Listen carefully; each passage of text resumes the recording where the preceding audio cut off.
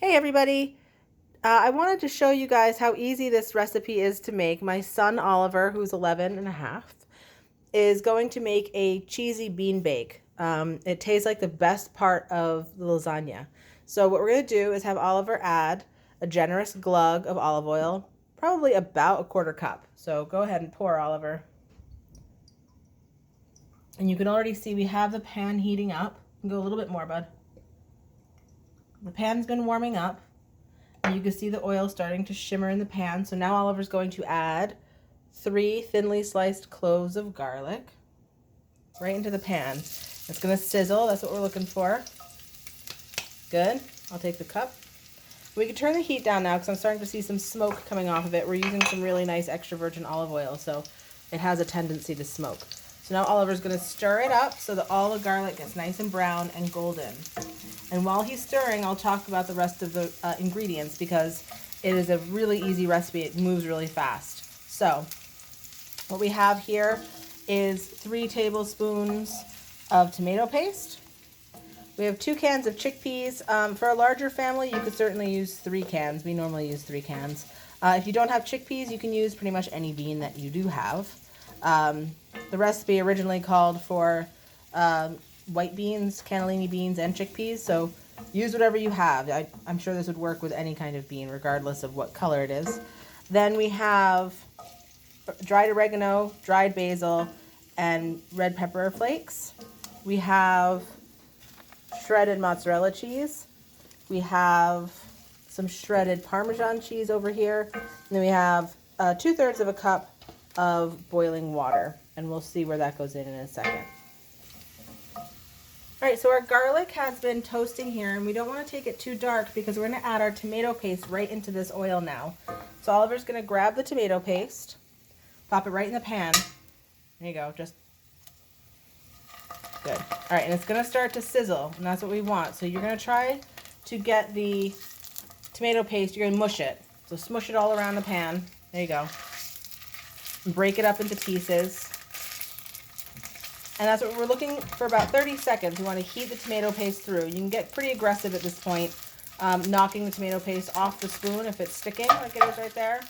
If you knock it on the side of the pan, it'll help knock it all off. There you go. And you can hear it really frying in there. And this is going to sort of give the tomato paste a little extra flavor here. Let me get in here for a second. Just give it a good... Sometimes just you need to be aggressive with your food. Maybe not when you're eating it, but definitely when you're cooking with it. All right, so you can see it starting to fry up. Or Oliver, you take over. You might get a little oil spatter hitting your hand. Are you getting any oil spatter? Yeah. A little bit. My arm, yeah. But you're brave. You're brave. Yeah. Okay. So we have that in there. Maybe 25, 30 seconds. You could let it go a little longer if you wanted to, but at this point, we are going to add our chickpeas. So the whole can. And I didn't rinse these because sometimes I like the, here, add those too. I like the water that's in chickpea cans. So give that a good stir and mix it all up. We're also going to add a generous teaspoon of oregano, maybe a tablespoon of dried basil, and a pinch of red pepper flakes. I'm just going to stir that all up just so the chickpeas start to get coated in the tomato paste. You can hear them sizzling away in there. And then what we're going to do is take our 2/3 of a cup of boiling water, and we're going to add that, we're going to pour that right in. There you go.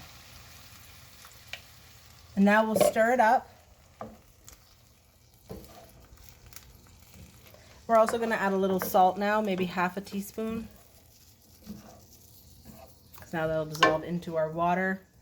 We're going to let it come up to a simmer for just bring it up to a simmer. You're going to start to see it, all the liquids start to bubble up, and then we're going to top it with our mozzarella cheese and our Parmesan cheese. You probably only need about a cup or a cup and a half of cheese. It depends how cheesy you want this. It is called cheesy bean bake. And then we're going to put it into a preheated oven that's set to 475 degrees. And really what you're looking for there is for the cheese to get really melty and brown and everything to get all bubbly. So that's what we're going to do next. We're going to let the chickpeas come up to a simmer, and then we're going to top it with cheese.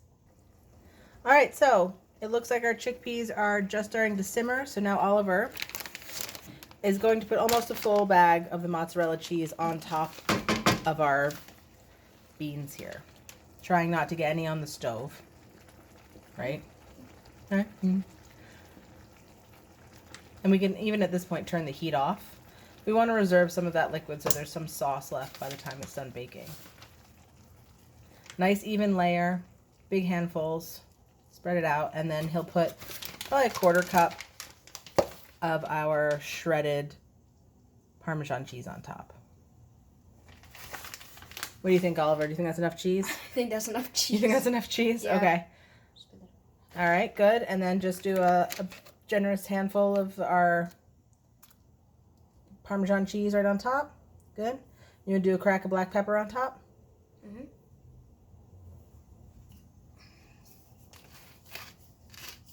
Good. Go all over. Nice. All right, I think that's good for the pepper. And then we're going to take the whole thing. How hot is the handle, Oliver?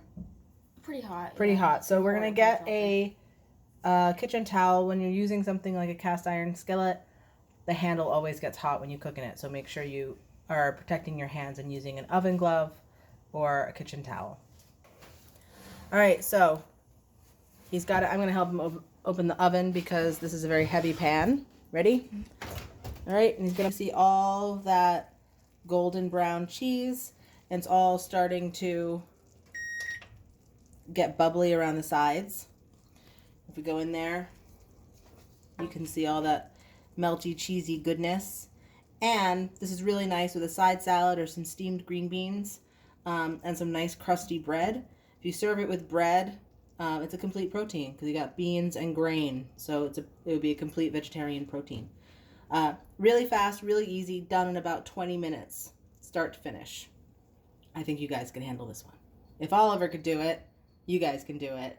Right, Oliver? Yep. All right. Bye, guys.